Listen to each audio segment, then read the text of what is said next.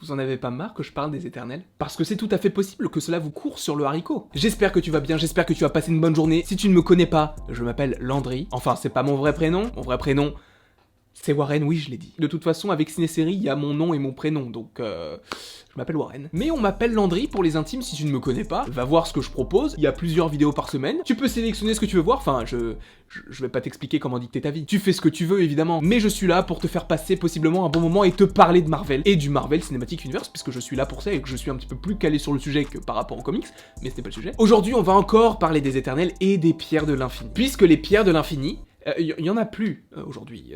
Thanos les a détruites, bon, pas en un claquement de doigts, mais il les a détruites, en utilisant les pierres contre les autres. Après oui, il y en a qui précisent qu'il les a réduites à une échelle subatomique, ce qui fait que, elles ont entre guillemets détruites, mais il le dit lui-même. Il dit à la fois qu'il les a réduites à une échelle subatomique, mais à la fois qu'il les a détruites. Donc en soi, il faut se mettre d'accord. Par rapport à une vidéo que j'avais faite de savoir s'il y avait encore des pierres de l'infini, il y avait des gens qui m'ont dit « Ouais, mais attends, mais tu peux pas dire ça, parce que du coup, il les a réduites à une échelle subatomique. Bah va dans l'échelle subatomique et va récupérer les pierres. Comment tu fais, toi, pour y aller ?» Oui, bon, il y a Ant-Man, mais c'est compliqué. Bref, je vais te parler dans cette vidéo des éternels encore une fois, mais cette fois-ci uniquement en abordant le fait que le film va se passer des années et des années avant. En tout cas, possiblement une partie du film. Et c'est pourquoi le film va donc se passer avant Endgame, logiquement. En tout cas, des passages vont se passer avant Endgame, c'est-à-dire à des moments où les pierres de l'infini existaient encore. Et c'est donc pour cette raison que dans cette vidéo, nous allons évoquer les pierres de l'infini dans le film Les Éternels, dans le but de savoir quelles pierres nous pourrions voir. Déjà, commençons avec les plus évidentes. La pierre de l'âme? Non, je ne pense pas. Alors oui, le film pourrait se passer des millions d'années avant ce que l'on a connu, et donc cela pourrait se passer bien avant que Crâne Rouge se retrouve sur Vormir à protéger la pierre de l'âme. La pierre de l'âme semble vraiment être liée à cette planète, puisqu'en soi tu dois te jeter de la falaise pour récupérer cette pierre. Après, rien n'est dit qu'on ne puisse pas la voir, mais je pense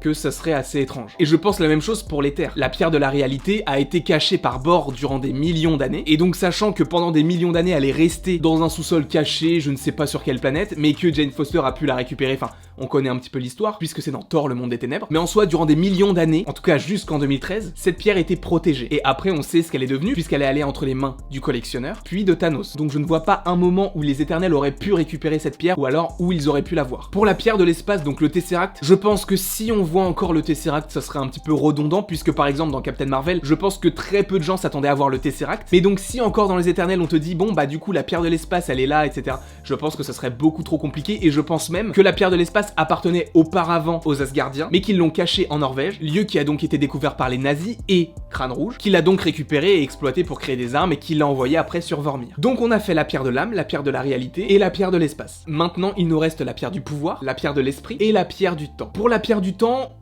je ne suis pas sûr que l'on pourrait la voir dans ce film-là. Même si ce serait très intéressant, et de voir le lien qu'il pourrait y avoir entre cette pierre et les éternels, ça serait assez intriguant, je trouve. Mais cette pierre est avec les sorciers depuis je ne sais pas combien de temps. Donc je n'ai vraiment pas l'impression que cette pierre soit liée à d'autres personnes que les sorciers. Donc on peut l'écarter, même si ça resterait quand même intéressant de voir la pierre du temps entre les mains des éternels. Ou en tout cas juste de la voir dans le film. Après, il y en a une où ça peut paraître évident, c'est la pierre du pouvoir. Puisque dans Les Gardiens de la Galaxie volume 1, on avait un Céleste qui avait la pierre du pouvoir et qui a détruit une planète en posant son sceptre, qui contenait donc la pierre du pouvoir, mais qui a posé son sceptre sur la planète et qui l'a détruite. Sachant que les Célestes seront dans le film Les Éternels, ce n'est absolument pas impossible que l'on revoie la pierre du pouvoir. Et qu'à la fin du film, possiblement, on ait les éternels qui aient la pierre du pouvoir en leur possession, mais qu'ils la cachent sur Morag, en espérant que personne ne la retrouve. Après, est-ce que ce sera le cas dans le film? Ça m'étonnerait, mais ce sont des théories, donc je te dis ce que moi j'ai envie qu'il se passe, et voilà, c'est tout.